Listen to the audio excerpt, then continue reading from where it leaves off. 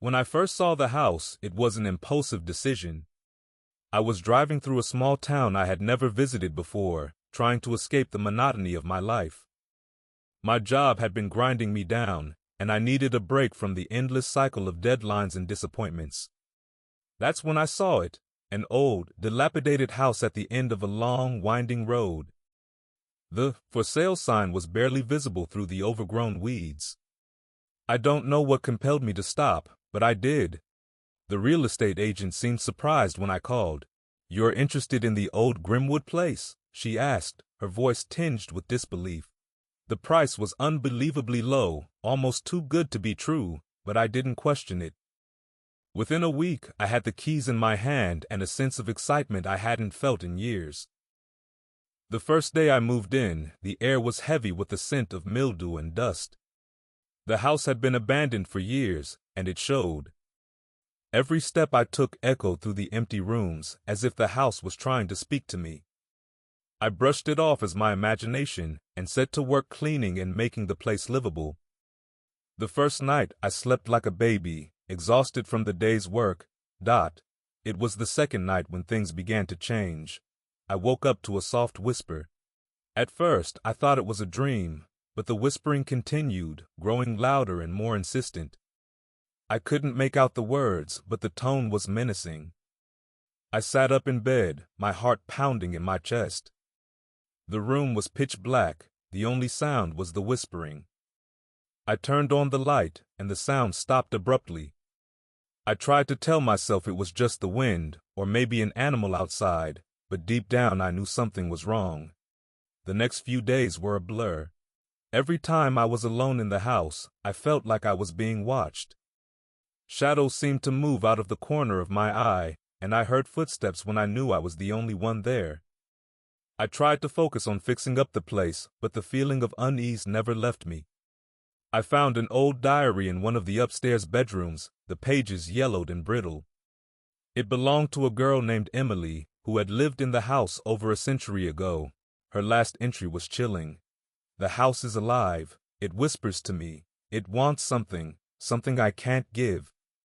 As the days turned into weeks, the occurrences became more frequent and intense. Doors would slam shut on their own, and lights would flicker even though the wiring had been checked. One night, I woke up to find a shadowy figure standing at the foot of my bed. I was paralyzed with fear, unable to move or even scream. The figure didn't move, just stood there watching me. After what felt like an eternity, it slowly faded away, leaving me trembling and drenched in sweat. I decided to do some research on the house, hoping to find some logical explanation for the things I was experiencing. What I found only made things worse. The Grimwood house had a dark history. Every family that had lived there had experienced some form of tragedy, suicides, mysterious illnesses, disappearances. The house was a magnet for misery and death. The townspeople believed it was cursed, that the house itself was malevolent. Desperation drove me to seek help from a local historian. She was an elderly woman with a kind face but a wary look in her eyes when I mentioned the house. "You need to leave," she said, her voice trembling. "That place is evil. It feeds on fear and despair. The longer you stay, the stronger it gets." Leaving wasn't an option. I had sunk all my money into the house, and I couldn't afford to move again, so I decided to fight back.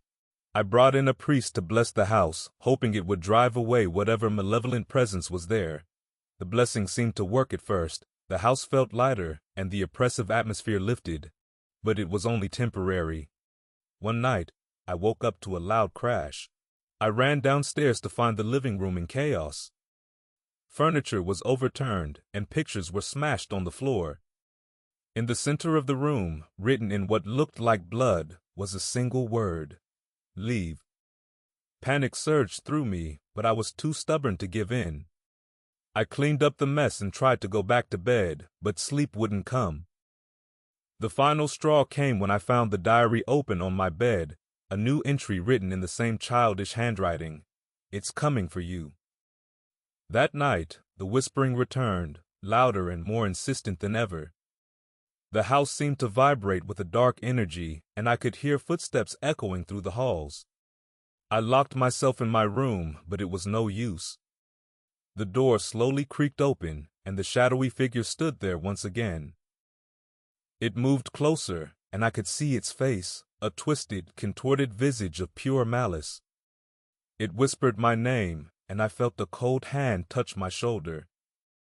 The terror was overwhelming, and I passed out from sheer fright. When I woke up, the house was silent, but the sense of dread remained.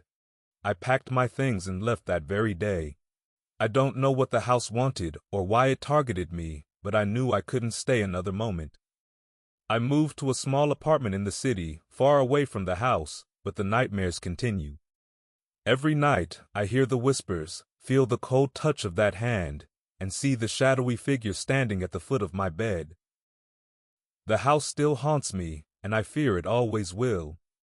It's a living entity, feeding on fear and despair, and I was just another victim in its long history of terror. If you ever come across a house that whispers, heed my warning, stay away.